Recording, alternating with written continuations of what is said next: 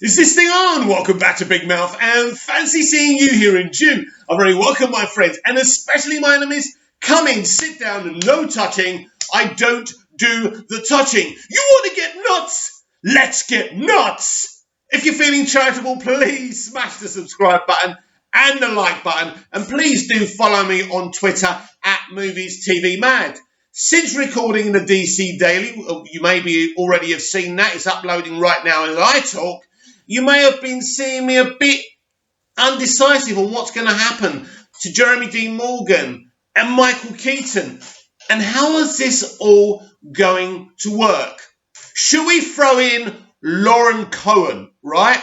From The Walking Dead, from Batman vs. Superman, she played Martha. Now, the first thing when Flashpoint was confirmed by Andres Bichetti, he said it's Flashpoint, but not exactly like the comics. Let me repeat, not exactly like the comics. It's Flashpoint, but not exactly like the comics. Do you understand? So it's not a copy and pasting of Flashpoint, which means they are going to do whatever the FUCK they want with this, whatever gives them an advantage to make the most money, to make the best movie. So I'm throwing Lauren Cohen into this film as Martha Wayne.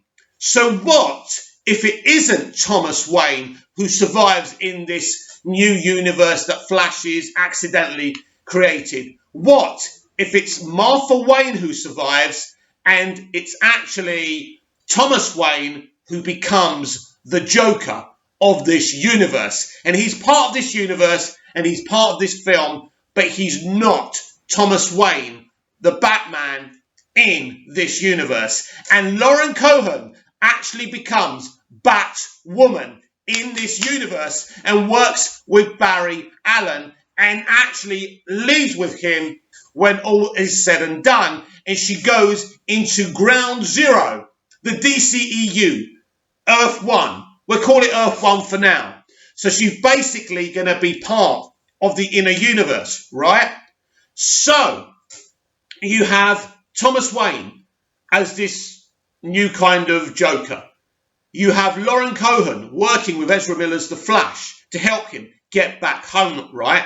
And she's Batwoman, right? So they change it around a bit because we know it's not a copy and pasting of Flashpoint, right? I think this is a good theory. I think this is a good active theory. And, of course, Michael Keaton is the original Michael Keaton Batman, and it doesn't interfere with anything. The only thing you lose is the Thomas Wayne Batman. And at the end of the day, if we're getting Keaton and we're still getting Morgan as this kind of new age Joker, and let's be honest, Jeffrey Dean Morgan, what does he do the freaking best? Effed up villains. I think this could be an interesting idea. I'm not saying this is what they're going to do. I wasn't sure earlier today when we were talking.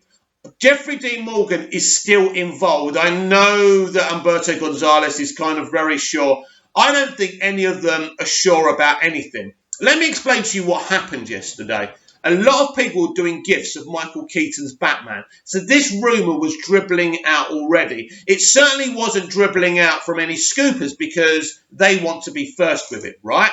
So this was dribbling about. So they're definitely in talks with Michael Keaton. And I think they're definitely in talks for him to play Batman and Bruce Wayne. Otherwise, there'd be no point. It's ineffective for him to play another character. So he's playing Bruce Wayne and the Batman we knew from the Burton movies. That's a fact. It's probably done and dusted. It's probably, as I said on the DC Daily today, something that they wanted leaked out there to rev up the engine, right? Because there's nothing going on in cinema. They want to get people excited again for these movies and these franchises. And this is massive. And so I do think that Jeffrey Dean Morgan is still involved. I think Michael Keaton is a dead cert to reprise his role as Batman and Bruce Wayne. And I think they definitely want Lauren Cohen back as well. And I don't forget Zack Snyder will be producing this movie as well. So he's involved in all of this. So not only would you be getting Keaton's Batman, you'd be getting the elements that Zack set up in BVS as well. Again, everyone's going to be happy. with this multiverse situation that we saw the birth of on television, which means the future of DC TV and film is crossing over with each other. Even Lucifer crossed over on Crisis on Infinite Earths, right? Ultimate Earths. I've just created a new title, right? But anyway, so anything is fair game now. Lucifer could actually cross over with the DCEU. He could join the Justice League. In some versions, Lucifer is part of the Justice League, right? And this, you know, DC Vertigo has crossed over with DC Comics before and DC Comics characters. So there's that. So this is what I'm talking about. The potential is limitless. So this is my new theory, that Lauren Cohan will be involved, that Morgan will be involved, and Keaton will all be involved together. But I think this is a bigger film than we've ever imagined. I think this film could be an epic 3-hour film. I think it's that big. It's that massive. And this is, as I say, the origin story for the multiverse. We first saw it on Crisis, right? But I think because we saw Ezra's Flash in the origin of that story, this is what people are not talking about as well. In Crisis on Infinite Earths, how did it happen? I know they explained it away with Crisis and everything that was going on, but he arrived on that Earth, then he vanished. Where did he vanish to? What was he doing? Here's my theory. He goes back in time to stop his mum from dying, right? He saves his mum's life. The consequences of creating this brand new universe where he meets this alternate Jeffrey D. Morgan Joker and maybe this Lauren Cohan Batwoman. Let's go with my theory, right? When Batwoman, aka Lauren Cohan, helps him go back home, instead of going home at first, he actually goes to Arrowverse, and that's how he meets Grant Gustin's The Flash. Then when he vanishes, he goes back home or somewhere else. So, as I say, I expect Grant Gustin to be involved. I expect a lot of people. This is beyond just the Flash, or this is beyond just the first Flash movie. Expect DC movies to all be an event now, to be a major, the cash cow, to rev up those juices of the nerd. And I think if it is Jim Lee and Walter Hamada, they've sat down, and ever since they came in after the Justice League debacle, they said, we have got to do something so everyone's happy. We want to represent Snyder because he's got fans and his films obviously are taking in money, right? But we can't have him in the center of this. He has to be at one side. Then we want something else at the other. We want to combine everything, because if the comics can do it, why can't we do it? And this is the thing. This is very ambitious and very hardcore. Comment down below.